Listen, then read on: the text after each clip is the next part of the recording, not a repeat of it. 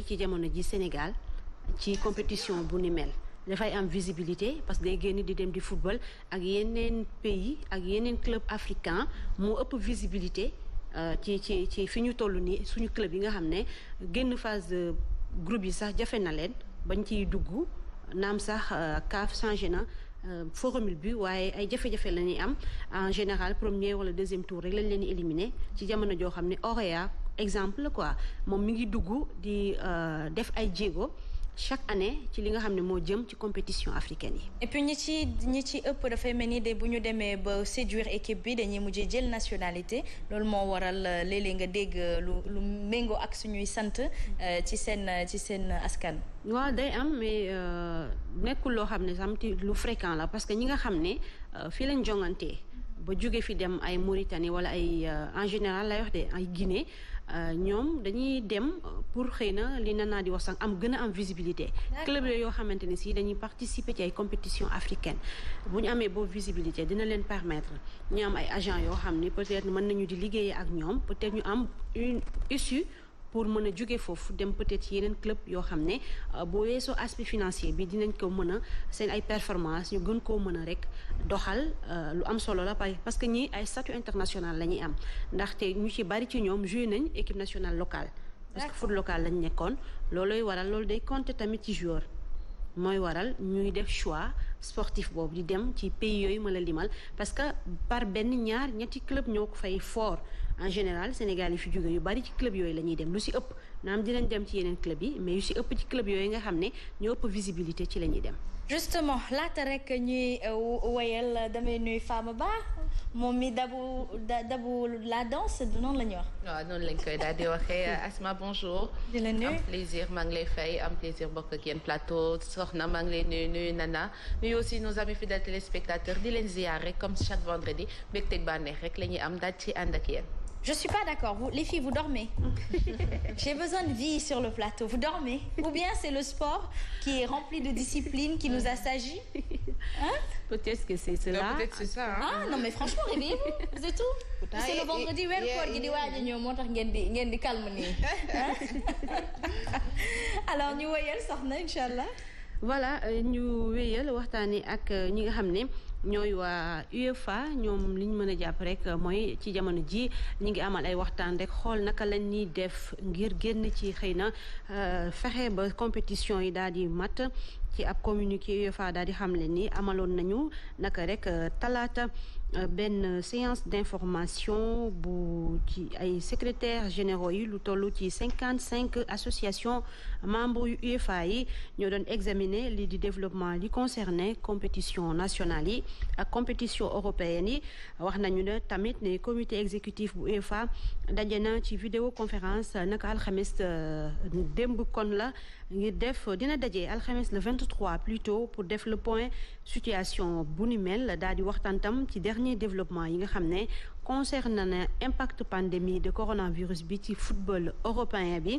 loolee tam ci li ñu waxtaanee la daal di bokk leneen lu ñu waxtaanee mooy beneen réunion wax nañu ne dinañu ko daal di amal naka àllarba bi ñu dëgmal association européenne des clubs ECA ak représentant ligue organisatrice des grands championnats nationaux tam wax nañ ci daal di daje. loolee lépp ngir xool xëy na naka la ñuy daal di def ba fexe ba génne ci li nga xam ne mooy jafe-jafe yu ñu nekk maanaam suspension compétition ci fi ñu toll nii fexe ba rek terminer li nga xam ne mooy seen saison. ñu jeexal rek ak 10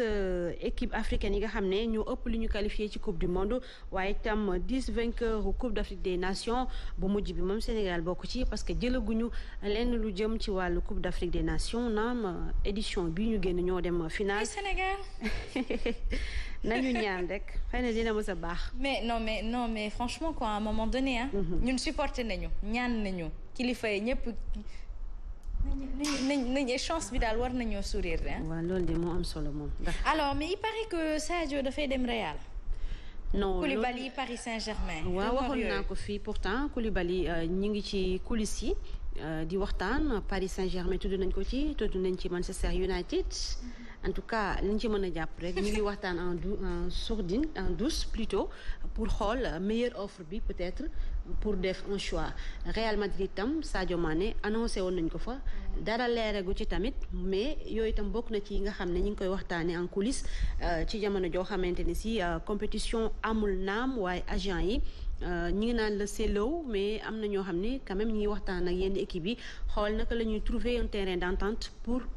recruter seen ay joueurs. mais d'accord nga pour Sadio dem foofu. bien sûr man mi xamul football sax d'accord naa si nag ndax nee nañ ci li ma comprendre ñuy expliquer mes frères mu am fa potentiel bu baax dafay bëri moo ëpp chance plutôt mais soxna Cristiano Ronaldo tamit maa ngi dégg ñuy naan que maa ngi koy lire sax ñu nekk moom itamit peut-être mu delluwaat Real parce que fële nekkam fële ci Juventus dafa payooram dafa diis pour waa Real surtout ci période bii ñu nekk. tout à fait possible na. mën na nekk mais loolu tam bi ñu ko waxee man tam déggan naa wala liiraat naa ci à travers les médias espagnols ñu ni loolee amul peut-être benn souhait la bu ñu génnee noonu wax ko rek mais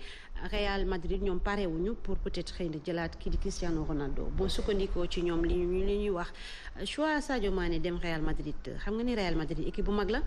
équipe bu ponkal la équipe la boo xam ne chaque année day jouer pour remporter des trophées c'est pas la madrilène qui parle. Ce n'est pas la madrilène qui parle mais c'est la journaliste sportive qui parle. C'est un choix judicieux pour Sadio Mané ci jamono joo xam ne Liverpool gi mu nekk am na fa ay performance kenn dootu ko natable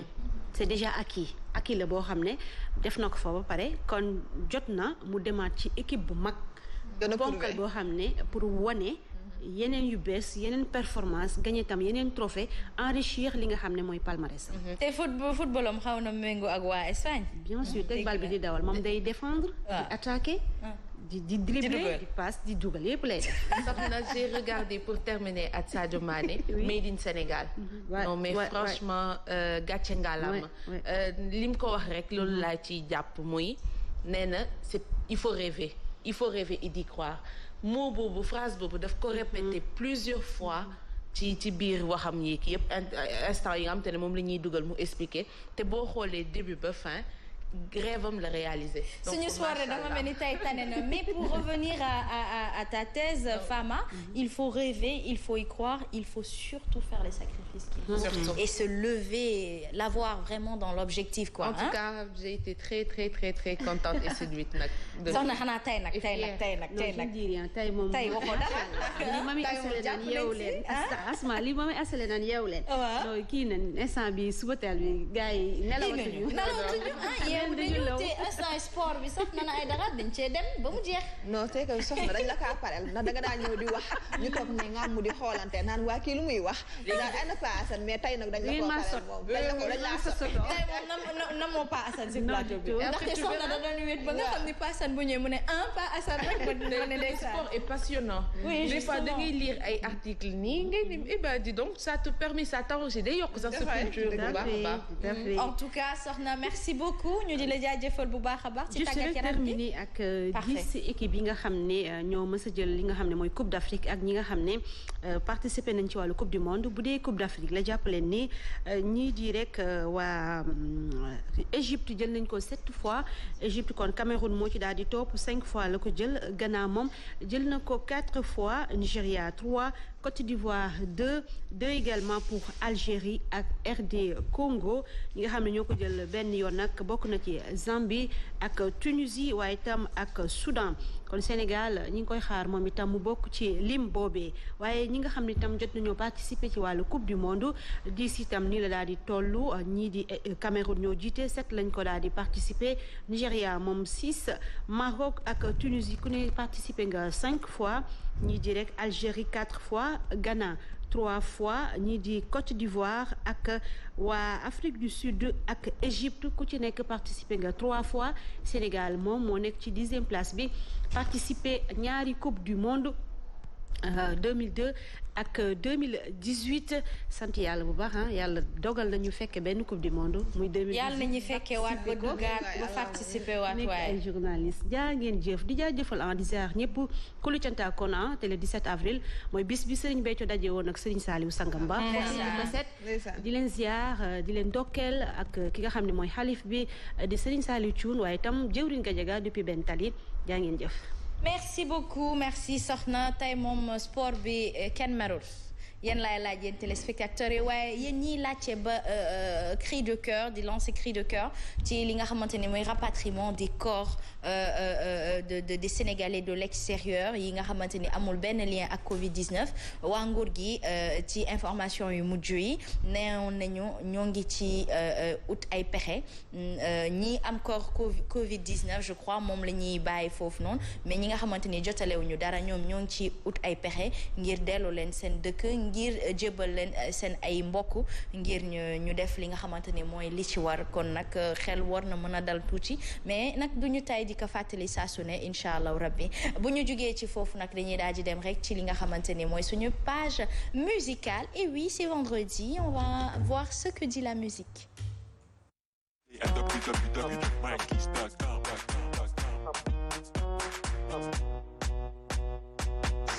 Alors, on parlera Famaba de Youssou Ndour, Youssou Madjiguène, Coumba Gawlo, Pape Diouf. Exactement Asma loolu la ñuy daal di waxtaanee rek en tout cas punch ak feeling rek lañ ciy daal di àndal pour xaw a yëngalaale tuuti plateau bi puisque on parle de la musique mais dañ koy commencer ak Amira Abed bi nga xamante ne moom moo génnee son bi et en 24 heures mu daal di am plus de 100 000 vues. C'est la petite là, la petite sénégalo-libanaise. Exactement. Donc en 24 heures rek en moins de 24 heures d'ailleurs bi ma koy njëkk a xool ñu naan def na maintenant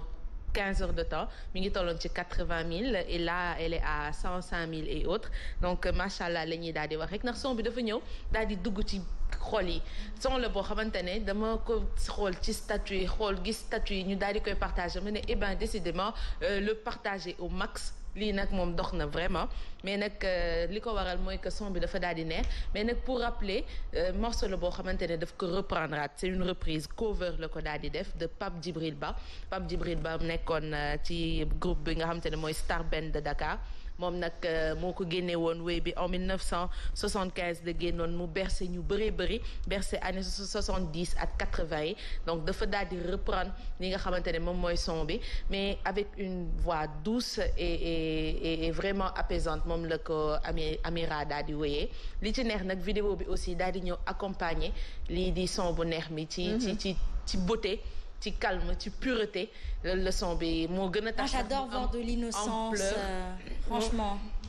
elle est très très innocente femme. exactement moo tax mu am ampleur bu baax a baax ndax vidéo bi tam dafa daal di nice ñu gis ci pureté bi ak li nga xamante ne moom mooy innocence bi. ñu déglu si tuuti te ñëw. nga yeggali.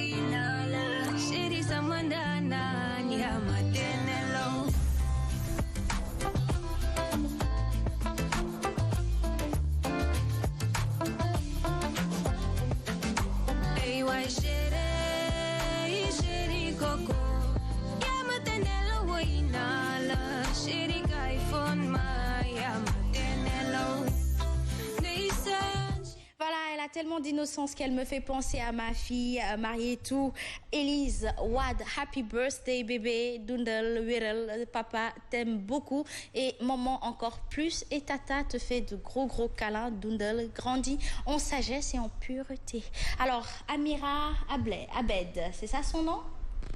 Exactement donc mi ngi noonu donc la magnifique vidéo moom leen daal di tegal noonu donc Mame Sidi on peut regarder la version originale pour se rappeler de la musique bi nga xamante ne moom la daal di jël bu Pape Djibril Ba ñu seetaan ko bu ñu ñëwee daal di waxtaanee Pape Djibril moom tam message bi nga xamante ne yónnee na ko ci bu mu gisee nekk xale bi dafa reprendre cover.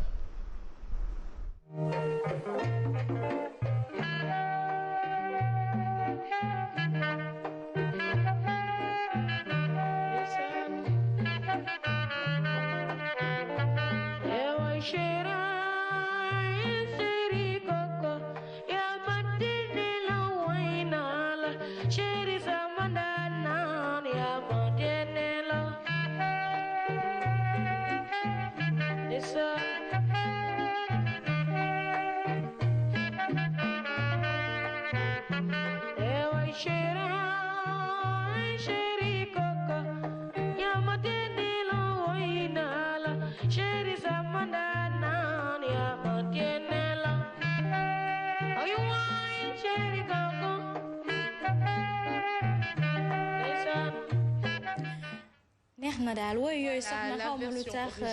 ñu koy moo nekk nii donc j'aurais bien aimé que nag Paasan fekkee ko parce que vraiment époque am la soxna ak peut-être yow mi sax soxna di xale bu ndaw non année 70 80 la nana mais lii même bu dul sax question après 80 lañ ñëw waaw après 80 lañ ñëw nag wax dëgg yàlla mais sax na xale la gars yi déggatuñu genre woy yooyu noonu ba pare asma woy yi mooy woy yi nga xam ne du dee xoolal ñu ngi ko tegaat ñun ñëpp ñuy enjoy xam nga dañoo màggandoo ak musique yi suñu papa yi di ko déglu suñu yaay di ko déglu ñu dem ba mu ancré ci suñu bopp loo ko gëj a dégg da ngay toppaat ci paroles yi facilement ba pare dafa dal justement ak woy yi nga xam ne dafa bëri bruit bi ngay gën a dégg que parole sincèrement yi da cee baax daal xale il faut ñu jàngaat na wax nga lu am solo te lii jamono bu njëkk ba nag musique dëgg lañ daan def musique boo xamante ne comme ni ko Michael Jackson di waxee rek il faut faire de belles mélodies pourquoi parce que mélodie bu baax du mës a vieillir tey xoolal lii année 70 80 ñu delloosi waat ko xale bi woyaat ko joué waat ko te ba tey tamit sax génnul ci cadre li nga xamante ne moom mooy douceuru musique bi donc lii nekk na loo xamante ne comme ni nga ko waxee fekkeewuñu ko naam mais képp koo xamante ne mélomane nga bëgg musique dëgg da ngay toog rek benn bés nga déglu ko wala dina bokk ci playlist nga dégg ko une fois am na suñu ay génération yoo xam te ne xam nañ ko te peut-être déglu yàgg na buñ ko xamee te nii rek déglu rek moo ko andi. fond musical bi dafa neex en plus la qualité. moo tax génération bu ñëw mën nga ko déglu génération bu ñëw mën na ànd ak yow génération bu ñëw dafay mel ne tey la bees moo tax xale bi mu ko reprendre tu sens nettement liggéey bi nga xam ne nekkoon na ci ginnaaw li nga xam ne mooy composition bi daf ñoo bercé way bi daf ñoo bercé ñun mais surtout la petite moi je reviens encore sur elle tey jii nii c'est rare nga gis autant parce que woy bi boo ko dégloo woyu démbee li tax xale yi nag sax ñemewuñu ko reprendre lu bëri mooy il y a énormément de travail il y a énormément de cordes vocales travaillées il y a énormément de fond c'est-à-dire sa baat bi ci boppam sax day jouer mélodie bi donc chapeau à elle franchement moi je l'ai découvert sur le statut de Biggie mais très honnêtement démb yaakaar naa ni ci biir kër gi la nekkoon fii sur Rendez-vous elle a interprété Alicia Keys te ku xam Alicia Keys xam na ni ku mënul woy du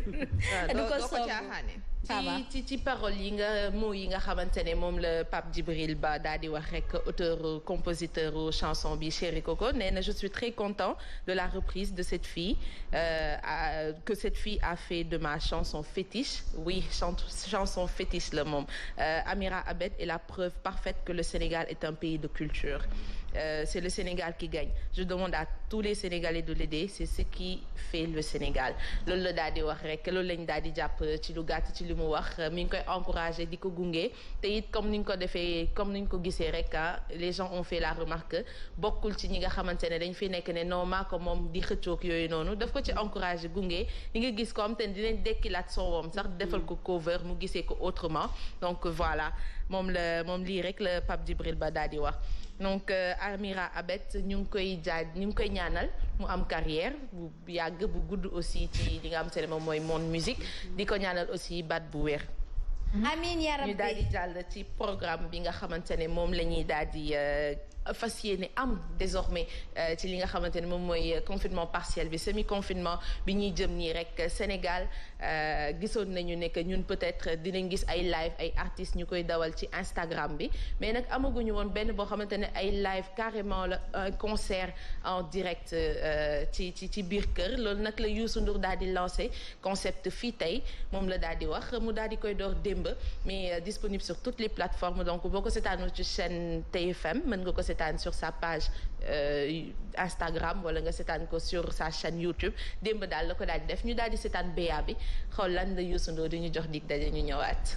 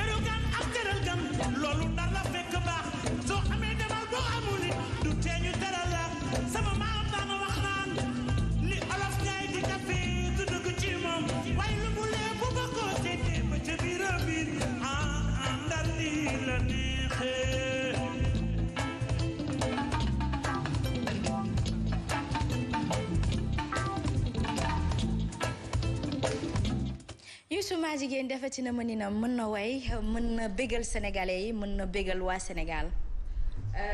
mi ngi noonu maam Sidi c'est dommage que nag béyaa bi laa bëggoon mais jotuñu ko am xam naa as daf ko daal di jaabatle rek mais bii Ndar ci morceau yu mu woy démb ci la daal di bokk. comme ni mu ko waxee nee na daf ko woy bu rendre ko en hommage ki nga xamante ne mooy dem si yàlla. Golbert Diagne moom la ko daal di fàttaliku nee na nettali na ci sax histoire nee na daf ko ne Golbert ndax ma wëy Ndar wala ma wëy la wëy bi nga xamante ne moom laa la fental fàtte naa titre bi sax Golbert ne ko wëyal ma Ndar. Badou ki tàngal sa tala bi Ndar laa bëgg. c'est pas la même chanson. ki tàngal sa tala bi. Golbert suma amoon. c'est pas ça su ma mayoon may la ko sa voilà xaw ma ko tàngal sa tala bi titre boobu nakati la tuddati voilà boobu noonu la mais kii ne ko wéyal ma Ndar particulièrement boo xamante ne Ndar kese la parce que Ndar dama ko bëgg Ndar sama lépp Ndar la donc macha allah te loolu moom ñëpp gis nañ ko ñëpp xam nañ ko yàlla na suuf sedd ci kawam bu baax a baax donc boobu en hommage la ko daal di mayoon et plein d'autres tubes daal dina ko wéy dem ba ñu bëri daal di koy fàttaliku plus fort nga xamante ne sànq Nana mi ngi koy wéy ci salle maquillage di rappelé wu donc merci chapeau li ñuy tireel ki nga xam te ne moom mooy Youssou Ndour lii nag dafa fas yéene di ñu gunge tous les jours loolu la daal di wax à partir de 21h30 sur TFM wala tamit sur sa chaîne YouTube wala sur Instagram toutes les plateformes digitales les réseaux sociaux yëpp Youssou Ndour def ci daal di connecté à partir de 21h30 donc kenn ku ci nekk fi nga nekk mën nga kaa daal di seetaan rek waaye tamit def nga ñu dugal rek nuyu ki nga xamante ni mooy Pape Assane Seck moom mi ñu fekk si bismillahi rahmaani rahim salaamaaleykum wa rahmatullah taala wa barakaatuhu faama soxna Hasma Chérif yàlla na yàlla saxal jàmm Sénégal amiin yaa rabbi. alors ñu wéyal ba tey Papa Assane laata rek ñu ñëw ci actualité ñu wéyal ci musique kuy wéyal man wala Paasan. yow waaw waxoo sama tur Paasan nga wax moo tax. dama ne ñu wéyal ci musique. déet Paasan nga daal di wax Asma damaa yaakaaroon ne da ngaa juum. nañ daal di wéyal rek Kumba Gawlo Seck moom moo daal di comme ni nga ko waxee rek. Kumba moom itamit soxna daf ñu fas yéene daal di gunge. moom tous les vendredis la daal di joxe rendez-vous. donc tey mën ngeen ko xaar mu nar a nekk première live am. moom tam live lay def. live lay daal di def non seen yaram tàng na on sera vraiment très gâtés moom ni ñu déglu mu passé ñu message am. salaam sama gars yi man Kumba Gawlo maa am plaisir bu mag xamal leen nag ni désormais moom dama fas yéene def ay live acoustique avec mon orchestre na xam ngeen ni jamono yi moom àdduna bi lépp dafa taxaw lépp stoppé ndax wopp ji nga xamante ni nii moo di coronavirus pour accompagner leen ak it vraiment pour gën a jege samay fans jege samay sopp jege public bi moo waral désormais ma di leen jox rendez-vous ci sama ay plateforme YouTube Instagram Facebook yu Coumba Gawlo à partir de ce vendredi maanaam àjjuma ci guddi bi concept bu bees boobu nga xam ne moom laa leen di indil muy Coumba Gawlo chez vous Coumba Gawlo ci seen biir kër dina am bu 21h jotee maanaam 9h ci guddi ba 23h ñaari waxtu live musique ak sama orchestre ak ay waxtaan ak samay invité aussi yoo xam ne léeg-léeg dinaa leen woo ci sama biir plateforme yi. Coumba Gawlo nekk ndaanaan, le rendez-vous il est donné en direct Fama. Oui, exactement Asma donc Coumba Gawlo nee na restez chez vous mu daal di leen tenir compagnie donc nous resterons chez nous aujourd'hui inchallah daal di lay xaar comme ni mu ko waxee nag bépp page am rek boo leen ci demee daal di ci abonné rek di ngeen mën a seetaan loolu en live 2 heures de temps de show la ñuy daal di may mais tamit des na ba tey soxna Pape Diouf moom mi tamit joxe na rendez-vous kon boog ñoom comme ni nga ko waxee rek seen yaram tàng na. kon tànn sa bu la neex la tànn sa bu la neex la tànn sa bu la neex la Pape Diouf moom suma samedi 18 voilà la koy daal di def donc moom itamit lancé na rek bokk na ci ñi ko lancé ñu ngi xaar nag ñeneen ñi ndax dinañu wétali bu baax a baax xam naa ne am na ñoo xamante ne bu yëf yi yëpp daal di jeexee moom xam naa soirée dina daal di bondé ndax da nga ciy bëgg a féexal sa xol ak yeneen donc yii daal ñu jot a am muy Youssou Ndour Coumba Gawlo et Pape Diouf ñu ngi leen ciy remercier bu baax a baax def nañ nag seen wareef gunge ñu ci ni mu ci waree donc ba tey gàcce ngalaama la ma waxoon rek mooy que xawma yeneen secteur d'activité yi de waaye li nga xamante ne mooy monde musique bu Sénégal gàcce ngalaama laay wax ndax lu tax bu weesoo musique yi ñuy génnee featuring ñoom ñëpp pour daal di rendre hommage ñu ngi def ay actes sociaux ak yeneen donc chapeau loolu laay daal di wax. Merci beaucoup ñu di la jaajëfal yow mi ñu koy jottali vendredi su ne ak lundi su ne. Merci beaucoup, c'est gentil. Voilà bu ñu jógee ci musique yi vous êtes nombreux à attendre l'actualité donc on retrouve tout de suite Papa Assane Seck dans l'actualité.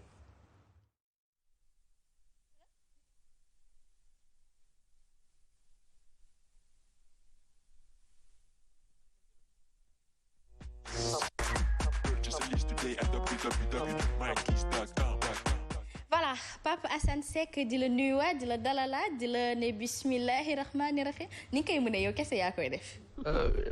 bismillahi rahmaani rahim. non damay bañ. Mohamed ne ma bismillahi rahmaani rahim. Mohamed day tooñ. alors Pape Assane noo def. sant yàlla. démb dégg naa 1h du matin nga fi jógee macha allah. sas. sas la de ah. sas dégg waaye tamit man tamit dama lay namm quoi suba teel gi nii. tey la aljuma. waaw. tey dañoo war a dem juma de tey. justement mais dégg naa juma yi tëjuñu c'est-à-dire que. tëjuñu woon. ok maintenant c'est ouvert kay. léegi nag.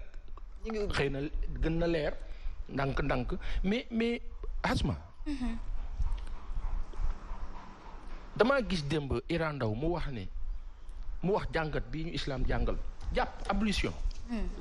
ablution set la set protecteur. ndeysaan waaw. du dëgg tey ñu ñuy wax raxasu leen ñun yàgg nañu raxasu set leen yàgg nañu set sunu maam yi dañ daan tame di layu. ndeysaan. yàgg nañ ci affaire bi nañu fagaru d'accord nañu defaru d'accord yàlla na yàlla yokk barke bi sàmmuñu. amiin sàmmuñu le monde ne se fera pas sans Dieu. Dieu a créé son monde. Justement. Quelles que soient les considérations et les appréhensions, la façon de voir et de jauger, soi-disant, pour après juger et se dire que il y a quelqu'un qui détient tout. tey la aljuma nañu ubbi alxuraan yi mu jib ñuy riir ñuy dégg foog ñu koy dégg. Il faut pas qu'on se leurre. Justement. Il faut pas ñu dem ci affaire yaa ngi yokku de tey du yoon. ça fait peur. mu ngi yokku te du yoon. am na lu nu moom ak lu nu moomul. am na lu nu xam ak lu nu xamul. tey la aljuma. Hasma ñaanal Fama ñaanal Chérif ñaanal Soxna ñaanal Maam Sidi ñaanal Aziz ñaanal na ñëpp ñaan est-ce que xam ngeen ni que li ñuy wax nii yëpp rubrique yeeg tout ça la propension bii di am nii affaire bi di jël niveau nii bu continuer dootuñu rubrique de. dootuñ fi tala toog lu mel ni midi laa lay wax. exactement waxuma dara sax nee naa mais weeru koor gulet du ñu dem naafila ak Sénégal. du tax du ñu dem naafila. mais rassemblement non da nga xam nga qu'est-ce qu'il faut dire. parce que psychiquement il faut pas que ñu implanter suñu idée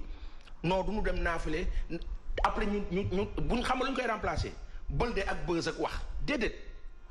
dafa am koo xam moo ñu tënk koo xamante nee na la boo tawatee sax tant que yaa ngi lucide sa biir xel sax fa nga tëdd julli fa kooku xam na ni bëgg nga julli ko léegi la façon de faire non la façon de faire mooy nañu naafila kër yi bu ñu dëkkee ci kër gi man ak yow kër gi dañuy jullee ndoo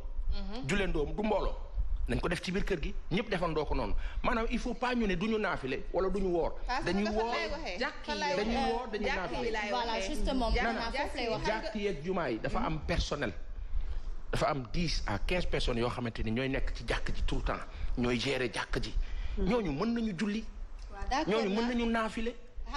maanaam l'idée c'est que ces mosquées là ne soit pas genre parce que dañu nekk ci couvre-feu ñëpp tëju après on dira non mais encore une fois de plus quelles que soient les thèses dama tiit dangaa ñëw ak cri de cœur tey mais nag reconnaissons juste que weeru koor gu nekk li ñi daan gis sénégalais di faral di def mooy li muy wax ci société bi ñëppay jug dem julli may ma wax xam nga laay wax dama ne ñun dañ daan gis weeru koor jàkk yi fees dell jumaa yi fees dell nga koy gis sa xol di naat nga xam ne ni yaa ngi ci koor dugg nañ instant bi jàkk joo romb xale yee ngi daw gàddu basan maire gàddu sa jaar ak ñoom seen ren loolu narul am ñun ñëpp suñu kër lañu nar a jullee foofu laay waxee te loolu dinañu manqué loolu rek laa wax voilà mais moi je te comprends et je suis à un autre niveau man dama tiit on dira pas aux gens nañu dellu ci yàlla parce que ñun suñu dara matut mais coow li nii lii compliqué nii nañu yokk tey la àjjuma na son bi jib ñu yëg ne tey la àjjuma parce que on fonctionne comme si tey du àjjuma nañu yëg nañu ko dégg ñu loolu forme de trouble la quoi qu'on puisse dire ou considérer il faut que ñu accepter ce fait là buñ ko accepté wul nañ ko ci boole moom kun je tenais à le dire quoi. Non mais honnêtement faudrait que xëy na tamit ñu teg noddu yi je pense que ce n'est pas interdit sax na. ñu ngi noddu voilà mais noddu comme noddu juma ni ñuy tegee. tey heure bi ban heure a jot xasuma ban heure a jot nii. man daal Chérif 9h32 moo jot 9h32. aujourd'hui bu ñu xëyee nii ñun ñëpp ku ci romb sa koñ jumaa ja war na teg haut-parleur alxuraan bi di jib. loolu ñun la justement dañ ko def comme ni ñuy def période tabaski wala korité wala yooyu mën nañ ko def yàlla xam ni kat ñun kat ñu ngi fàttaliku ne mooy borom. justement tant qu'on continue nii jàppee ko nii rek di dem di ñëw yàlla ñu yàlla sàmm. loolu ak cantaane la goo xam ne sax warul bañ a mën a am. warul bañ a mën a am man moi je pense que ni bu ñu bañee tam rassemblement mën nañu teg ay mesures peut-être ay mesures bañee di ñu wax ñu def distance ñu julli. oui ñu mën def distance bañ def contact contact wax dëgg yàlla na moon nañoo dem ci jàkk yi bañ def contact. ñun ñoo ëpp kaa Mali. ñun ñoo ëpp kaa Mali ñu ngi julli juma. Alors ñu ñëw ba ci ñaari ponk actualité tey nous allons parler du secteur de la pêche que tu intitules dans le brouhaha. Oui, 52 licences de pêche yu ministre de la pêche Alioune Ndoye jox chinois yi ma xëy ci fajar bi gis ko ma ne kilifa yi de xëy na ñoom am nañ lu ñu def am na fu ñu ko teg ñoom xam nañ ko comme ñoom ñoo xam seen liggéey wante yàlla ñu yàlla dolli sutura kilifa yi foog aussi ñu bàyyi xel benn affaire il y a une semaine wala 4 jours on a vu des Sénégalais malmenés en Chine à un niveau indignant. Bon, quelles que soient les raisons, parfois on se pose la question comment nos autorités aussi considèrent les choses, voient les choses. On n'est pas dans un monde boo xamante ni dañ ko tëj boo xamante ni ñun lu ñu ñàkk xam li xew ñàkk xam li xew xam nañ logique mais quand on te maltraite à un certain niveau ak fi àdduna bi toll pêcheurs yi Sénégal am jafe-jafe fu ne Mauritanie bi ñu gën a jege nekk suñu associé nekk suñu ay bokk ñun ñu bokk ak ñoom bu baax Sénégalais yi mënuñu fa dugg def pêche Chine ak na mu toll di dem fu ne ñoom di def lu ne ñoom seen biir dëkk ñu jàpp ay nit dont ay Sénégalais di leen def naka sudul noonu il y a 4 jours ou 5 Pape Ali fii la toog barki démb wax ñu ci ay détails comment comprendre se réveiller aujourd'hui qu'on nous dise en plein, je vais pas dire couvre-feu, en plein Covid-19 ak sachant que fa la mbir mi départ ak li ci xew ci coow ak ci métti on nous sort ce guêpier 52 licences de pêche suñu mbokk chinois yi war a ñëw di def comme ñeneen ñi tranquillement et après nous quelles que soient les raisons qu'on va expliquer. ñoom quelles sont les raisons yu ñu donné le ministre. Qu'est-ce qu'il a dit? déggoo ma ne la quelles que soient les raisons souvent nos autorités ne donnent pas de raison. Ils décident et après ils nous font comprendre que nous n'avons pas compris loolu mooy souci bi. 52 licences de pêche boo ko signé j'aurais bien aimé tey balaa midi ministre bi daal ne non l'information bi génn du dëgg information boobu nga xamante ni journal Le Témoin génn na ko tey amul nga xam ne que dañ naan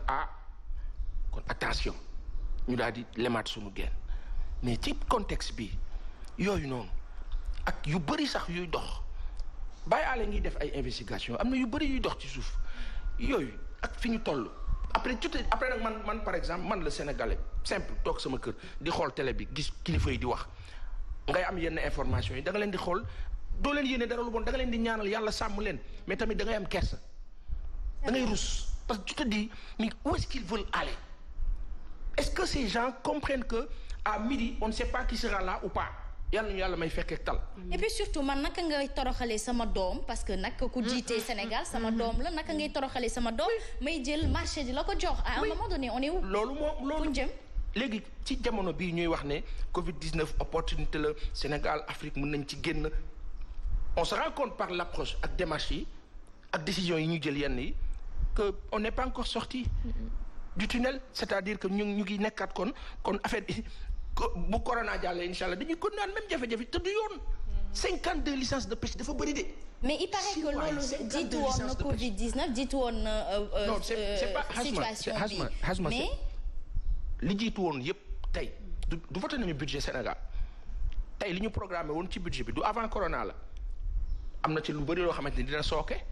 dañ ko stand-by sax yu bëri. oui léegi yow lépp loo jëloon ci décision. lan moo tax Champions League ak championnat yi yëpp pourtant commencé woon na bu yàgg de ñuy xool ndax dañuy annuler wala du ñu annuler kon yow état wu Sénégal bul ñu expliquer lu yàggoon la lu yàggu processus amatul. corona dagg na lépp. donc il faut que suñu kilifa yi nañ ñu dimbali ñu ba pare bu ñu xam nga dafa am loo xamante ni tubaab yi dafa am ay tubaab yoo xamante ni booy waxtaan ak ñoom léeg-léeg ci yenn ndaje yi xam lu ñu lay wax vous les Africains vous avez un problème là où vous devez manger. Vous avez le souci du manger. Vous allez préférer rêver de TGV. À juste raison. Et quand on te le dit, da ngay gêné wu. Il te le dit en ironisant même. Direct, bon, vous avez besoin de pain. Vous allez rêver de TGV. léegi yow lan nga si wax ak kilifa yi après kilifa yi ne la non ñun yooyu jommuñu ko wala ñàkkuñu ko et cetera c'est bien beau on a fait plein de chantiers on a fait plein de projets aujourd'hui yi gën a essentiel ñaar la santé ak éducation mënuñu dem secteur pêche nga xamante ni moo nekkoon secteur bi gën a fort ci sunu économie daan ñu rapporter ay milliards par an d'année en année muy sooke di sooke on se rappellera coow pêche bi nga xamante ne amoon na ca jamonoy sunu papa Ousmane Tanor yàlla na ko yàlla yërëm ak président Abdou Diouf coow loolu ba tey ba sànq fayagul régléegul donc comment comprendre que ay processus tege noonu te àggagul ginnaaw nee nga lu jiitu woon la yow respecté la jiitu woon processus yooyu leeral leen ko ñu àgg ci licence de pêche yooyu ñu joxe woon nan la demee au temps où on parlait de fonds taïwanais ak fii ñu toll nii décision boobu moom li fi bàyyi àll wax keroog ci Akile ak boobu ak yeneen après suñu kilifa yi lan la ñu bëggal ku ko xam ça fait mal. Justement man je pense que ni chinois yi moom. pêcheurs yëpp ils sont dans leurs états actuellement. chinois yi duñ ñu respecté et puis bu ñu fàtte ni il n'y a vraiment pas longtemps que pêcheurs yi ñaxtu surtout waa Guet Ndar bu ñu jël lépp jébbal ko étranger yi. c'est que man waxuma sax loolu mais vu ce qui se passe actuellement bu doon sax dañoo xaar situation boobu passé ba nit ñi xaw a fàtte mais en pleine crise ñu jàpp suñuy doom di dóor. jàpp leen di tëj leen ci hôtel. ñuy fay chaque jour 30 000 francs lekk dañ koy fay ñu testé la ñu négatif ñoom seen yoon newu ci ba tey dañ lay quarantaine ngay fay parce que la ñu ngi sax dundal seen business seen hôtel parce que yow ñu xool la ceytu la amoo benn feebar nga ne ñu ne la ba tey dañ lay dëj da ngay fay lekk da ngay fay hôtel bi chaque jour 30 000 yoo xam ne bokkut ak sa lekk xanaa loolu moo metti à côté ñu ñëw fii Sénégal ne ñi ngi jël ay licence di ko jox ñi nga xam ne ñoo ñuy def loolu ñun pouvoir bi fi chinois yi am moo mujjee doy waar boo demee Pékin seen business moo fa nekk qu'on se dise la vérité à un moment donné bu ñu révolté woon nag dina justement waa Kenya wala Rwanda ni ñu def chinois yi ñu dem di leen jàpp di leen dóor ça ne peut qu'emmener de la violence rek lay indi lii nii je pense que ñun am nañ chance Sénégal am na xasma Sénégal am nañ chance loolu dañ koy santé suñu borom c'est un peuple qui n'est pas du tout violent mais bu excédé mën na ci àgg te bu ciy egg du am limite yàlla ñu ci yàlla musal mais fi ñu toll nii suñu kilifa bi Ndoye Mali Maram ñu ngi laa ziar ba baax ka baax la ña baax lañu ña am jàmm yéene ñu jàmm lañu waaye choix yi léeg-léeg dañ siy juum mënuñu toll si contexte bi ñuy dégg lu ni mel monsieur le ministre génnal balaa midi nga ne loolu amul ñu dégg jàmm soxna tout à fait li mu wax rek loolu laay dëggal ñi ngi xaar xëy na mu weddi lu ni mel parce que ci jamono joo xam ne priorité ci jamono ji day am parce que crise bi moo ñu ko imposé ñoom même su nekkee ne ce sont des contrats yoo xam ne signé woon nañ ko avant même la pandémie du coronavirus mën nañ ko stand-by en attendant même si waxuñu ni kenn warul liggéey dafa war a am waaye il faut nga am xam priorité tamit ngay privilégier say doom surtout jamono joo xam ne chaque fois yaa ngi gis secteur de la pêche ñuy ñaxtu surtout ci licence de pêche yi surtout réew yi ñu dendal frontalier yi ñuy jox day néew ba chaque fois ñoom dañuy kaas surtout waa Guet Ndar yi ñu war a seet solution ñun bi ñu juddoo ba tey ñu ngi dégg jafe-jafe ci wàllu napp justement te am nañ ay at lu mu néew la trentaine kon jot na ñu xool naka la ñu koy doxanalee ba mbir mi dox chinois yi moom je te dis pays yëpp la ñuy dem mais yow mi yor sa pays xam mu yaa war a xam say priorité privilégier say néew bañ ñoom ñu exploité la parce que ñoom fu koom-koom nekk rek la ñuy wut mais njiit yi ñoo war a xëy na ni ñu daan defee jot nañu soppi ko jamono mi ngi dox di dem ñi ngi dox di ànd ak moom ñi ngi changé njiit ñi ngi am lii mais bu ñu nee rek li amoon na fi kon dañ koy wéyal lii dañuy xool li fi amoon ñu jël ci li baax wéyal ko gën ko améliorer li bon ñu dàq ko ngir suqali tam askanu Sénégal sonn nañ te moi j'aurais aimé entendre ministre bi nouvelle des coulisses comme par exemple indi nañ solution ci sénégalais yi nekk Chine ñu leen di maltraiter voilà je m'attendais à le consul l'ambassadeur wala ambassadeur u Chine fii woo nañ ko di ko déglu ci lii xew ci réewam par rapport ak suñuy ñooñ moi je m'attendais à une nouvelle comme ça mais pas malheureusement on l'a pas parce que simplement xëy na peut-être ñu ngi ci xëy na ñu ngi ci xam nga doo xam yow da nga toog sa micro rek di wax doo xam waaye xëy na ñoom ñu ngi ci réaction yi dafa war a gaaw. justement il faut une réactivité. voilà il faut nga rassurer ñi nga xam ne seen njaboot dañ fa nekk. parce que yow nga toog di xalaat ni sa doom ñu ngi koy maîtriser ñu ngi koy mbugal loolu dafa metti donc automatiquement ba ministre bi yégee en plus ay yónnee lettre pourquoi ay ambassadeur u Chine di bind lettre da nga koy woo mu ñëw nga taaj ko lu ñuy xale yi naan taaj teesante da nga koy woo mu ñëw nga taaj ko teesante justement ne ko nag lu ëpp waa Nigéria noonu lañ def mais bien sûr dañ ko woo taaj ko teesante da ngay aussi le temps mais nekk fi di négocier à l'amiable non dafa am loo xam ne dafa am léegi nga koy faj léegi mu jàll beneen yoon duñ ko xalaat dafa mel ni ñu dañuy topp teraanga ji de non da ngay def le Poutine defoon Sarkozy ci jamono Sarko génn di wax di amee coow li bari lool Poutine toog ñu daje mu ne ko yow xam maa la ëpp doole maa la mag fuuf maa la mën dafa am foo xamante ni nag loolu tolluwaay la ak dayo nga régler sa problème ñun tolluwuñu fu ñuy nekkee naan ñoo la mën ak mënuñu la wante ñun ñoo moom suñu dëkk lii moo fi am puisque yéen seen dëkk ñun mënuñu fa ne si jàmm on va demander à nos compatriotes de rentrer chez nous vous prenez vos bagages vous partez léegi lan mooy problème bi parce que li ngeen di wax nii yëpp xam nga kii nee na taaj teesante kii ne il faut savoir taper sur la table lu waral ba ñoom ñi nga xam te ne ñoo ci toll di def yëf yi war ko def lu tax duñ ko def ñoom autorités yi autorité yi. waaw léegi nag yéen nag laaj nga laaj bu am solo lu tax ñoom duñ ko def ñu delloo leen laaj. ñu ngi ñuy seetaan wala dafa am lu am ci suuf wala lépp lu ñu def dañ ci am dara wala lan. tubaab bi xam lu ñu wax tubaab yi ñooy wax de. boo leen di déglu ñoom. te xam nga lu doy waar ak sunu mbokk tubaab yi ñoom dañuy ñëw di la sunu kilifa yi def li ñuy def dem muy seen intérêt bopp ñu dem toog di reetaan naan regarde bi vraiment nga toog ak ñoom nii in petto ñu naan la bon tu sais nous on profite tant que c'est possible vous avez des dirigeants qui eux sont sont à l'étape du manger vous avez besoin de pain vous les populations comme vos dirigeants mais vos dirigeants eux ils profitent ils mangent bien vous mangez pas bien et ils vous leurrent en vous parlant d'infrastructure à haut niveau et degré entre guillemets loolu mooy yéen seen ñi leen jiite fonk nu leen ginnaaw nag yéen noonu la ñun tant qu'on pourra on profitera donc tey c'est ça infrastructure yeeg ñu wax ko marché yu bëri yeeg infrastructure yeeg nangam ñoom tubaab bi ñooy wax de du nun de tubaab bi ñooy wax ñuy dégg ñu naan mais parce que yooyu marché yooyu moo gën a neex a am profit moo gën a neex a am koom ci ñee kilifa yi nag defuñu dara ñoom dañuy diligenter rek wante tubaab bi ñooy wax loolu xëy na tubaab bi waxuñu dëgg de amaana waaye tubaab bi ñoom nee nañu ci ñenn ñi booy wax ak ñoom dañ leen naan bi c'est normal les gars ils veulent du profit mais qu'est-ce qu'ils font ils vont vous construire une route derrière vos coins là et cette route là va faire profiter va faire gagner va faire emmagasiner des richesses perso stricto personae mooy man et c'est terrible licence de pêche 52 pour ay ñoo xamante ni ñu ngi dóor sa doom nga ciy teg sa bët. doy na waar moom loolu rek pour man doyoon na sax nag actualité ñu waxtaane ko ba lii jógee fii. Moi je pense que franchement. ak ki couple bi ñu wane keroog ndaw si ñu koy diri. vous voyez ça oui. ba processus bi enclenché même bu ngeen demoon bay war a signer mais forme de pression la nee ko signé tuma je vous donne les 52 licences vous réglez nos problèmes sinon je signe pas parce que waa Chine dañoo muusa ñoo ngi defaraat seen économie parce que quand tu testes négatif un être ba pare bàyyi ko ci hôtel bi di ko fayloo hôtel bi rawatina nag ils sont en train de se rattraper les 2-3 mois qu'ils ont perdu ñoom muus nañu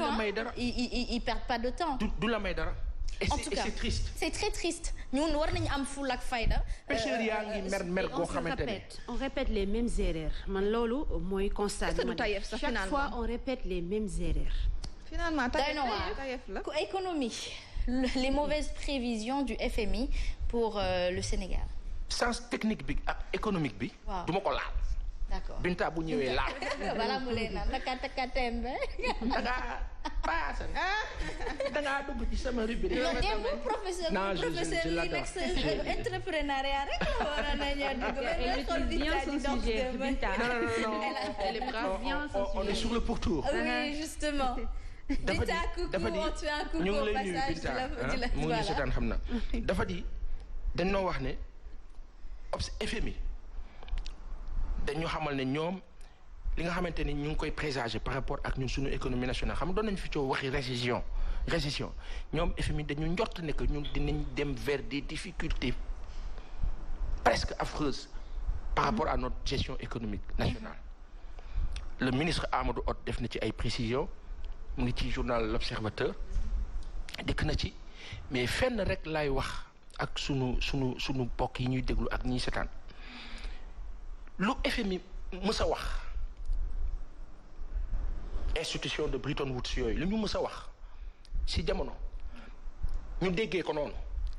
seen bopp a tax quel que soit le sens de on vous aide on contribue à vous aider saa waay ñun ba ñu amee indépendance ba tey institution de Bretton Woods yi ñoo ñu tënk defee leen nii def leen ko nii bu ngeen defee nii di ngeen am lii nangam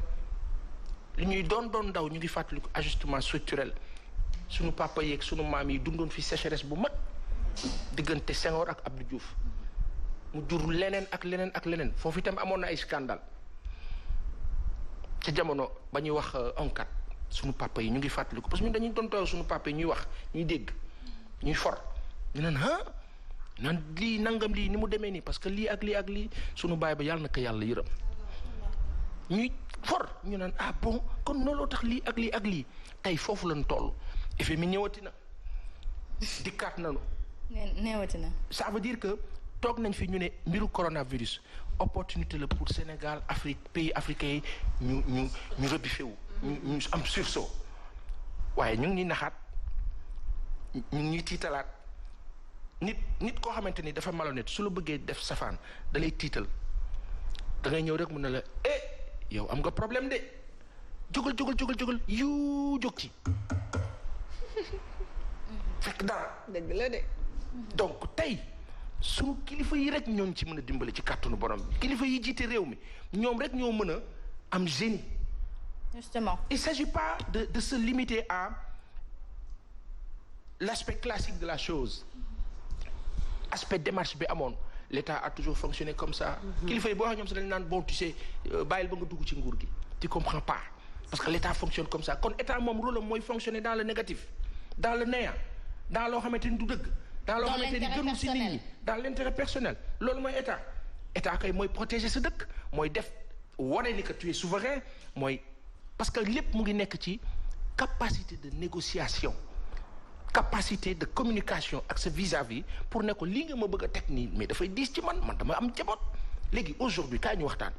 yow vous pensez à votre peuple oui parfaitement